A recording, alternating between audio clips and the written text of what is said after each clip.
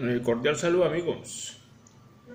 Continuamos con este estudio acerca de El miedo a la libertad, un libro escrito por Erich Fromm, donde analiza las tendencias y los impulsos del ser humano y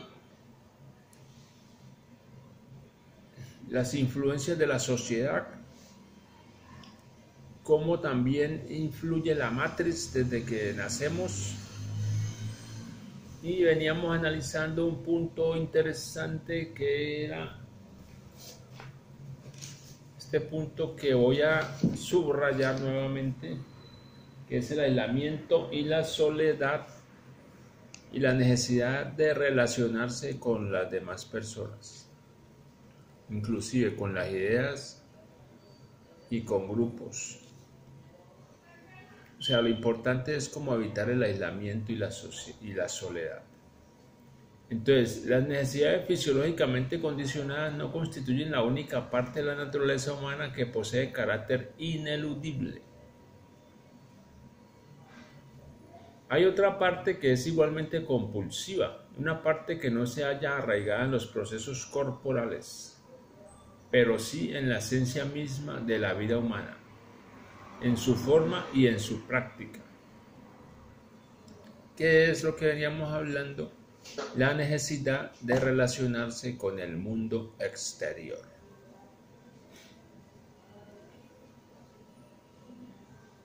La necesidad de evitar el aislamiento, por lo que sentirse completamente aislado y solitario conduce a la desintegración mental. Del mismo modo que aguantar hambre o la inanición conduce a la muerte. Esta conexión con los otros nada tiene que ver con el contacto físico.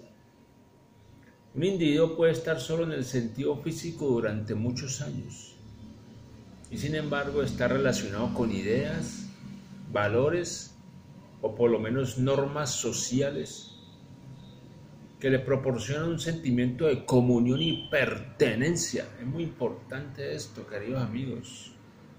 El sentimiento de comunión y pertenencia. Por otra parte, puede vivir entre la gente y no obstante dejarse vencer por un sentimiento de aislamiento total, cuyo resultado será, una vez excedidos ciertos límites, aquel estado de insanía expresado por los trastornos esquizofrénicos. Entonces, estar aislado nos lleva muchas veces a problemas más profundos de la psiquis del ser humano. Esta falta de conexión con valores, símbolos o normas, que podríamos llamar soledad moral, es tan intolerable como la soledad física. O más bien, la soledad física se vuelve intolerable tan solo si implica también soledad moral. La conexión espiritual con el mundo puede asumir distintas formas en sus respectivas celdas. El monje que cree en Dios, el misionero político aislado de todos los demás, pero que se siente unido con sus compañeros de lucha, no están moralmente solos. Ni lo está el inglés que viste su smoking en el ambiente más exótico, ni el pequeño burgués que aun cuando se halla profundamente aislado de los otros hombres se siente unido a su nación y a sus símbolos. El tipo de conexión con el mundo puede ser noble o trivial, pero aun cuando se relacione con la forma más baja y ruin de la estructura social, es de todos modos 1000 veces preferible a la soledad. La religión y el nacionalismo, así como cualquier otra costumbre o creencia, por más que sean absurdas o degradantes, siempre que logren unir al individuo con los demás, constituyen refugios contra lo que el hombre teme con mayor intensidad, el aislamiento. Entonces aquí hay una nota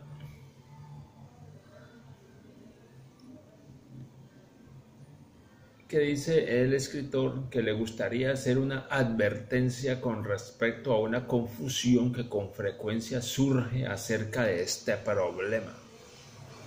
La estructura económica de una sociedad, al determinar el modo de vida del individuo, opera en el desarrollo de la persona como una condición. Estas condiciones económicas son completamente diferentes de los motivos económicos. Las condiciones económicas son diferentes a los motivos económicos, tales como el deseo de riqueza material, considerado como el motivo dominante de la conducta humana por muchos escritores, desde el Renacimiento hasta ciertos autores marxistas que no lograron entender los conceptos básicos de Marx. En realidad, el deseo omnicomprensivo de riqueza material es una necesidad peculiar tan solo de ciertas culturas. Diferentes condiciones económicas pueden crear rasgos de personalidad que aborrecen la riqueza material o les es indiferente. He discutido detalladamente este problema en Über Methode und Erfordernis Analysis Socio-Fisiológica, Theory von Social Forces, Leipzig, 1932, volumen 1, página 28 y siguientes.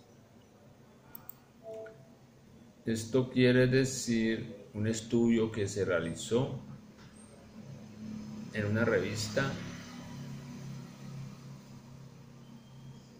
por lo tanto les voy a traducir ese estudio que se hizo.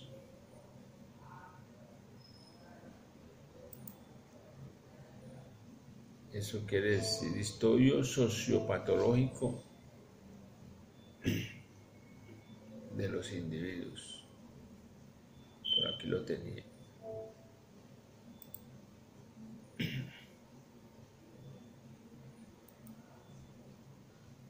Aquí vamos a ver con paciencia.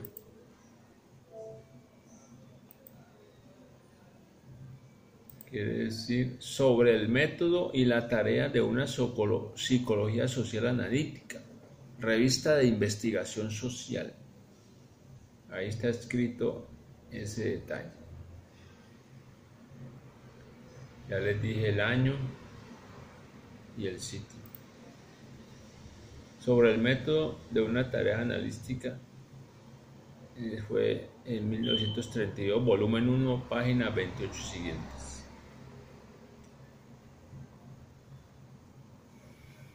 Entonces, esta necesidad compulsiva de evitar el aislamiento moral ha sido descrita con mucha eficacia por Honorato de Balzac en el siguiente fragmento, que se llama Los sufrimientos del inventor. Entonces, vamos a ver cómo dice Balzac acerca de esta soledad moral.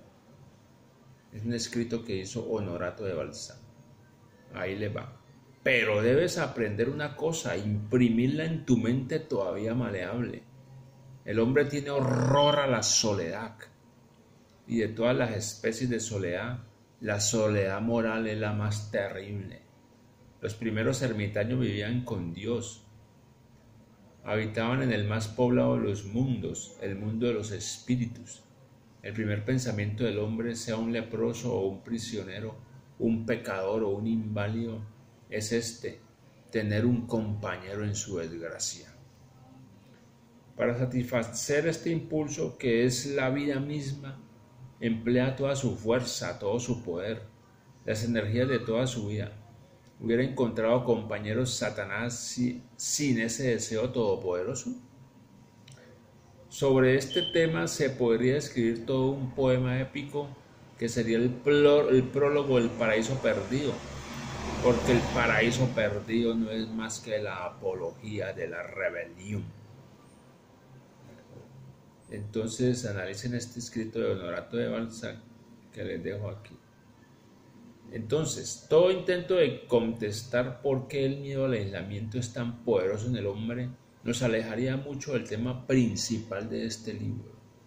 Sin embargo, para mostrar al lector que esa necesidad de sentirse unido a los otros no posee ninguna calidad misteriosa, deseo señalar la dirección en la cual, según mi opinión, puede hallarse la respuesta.